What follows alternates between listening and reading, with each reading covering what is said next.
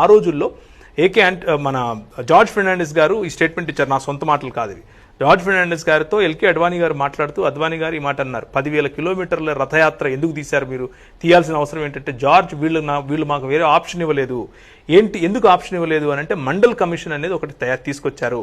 ఆ మండల్ కమిషన్లో 27% బీసీలకు రిజర్వేషన్లు ఇవ్వబోతున్నారు. మండల్ కమిషన్లో బీసీలకు 27% రిజర్వేషన్ ఇస్తే అప్పటికే 15% ఎస్సీలకు ఉంది, అప్పటికే 7% వీళ్లకు ఎస్టీలకు ఉంది. అంటే 49% అయిపోతుంది.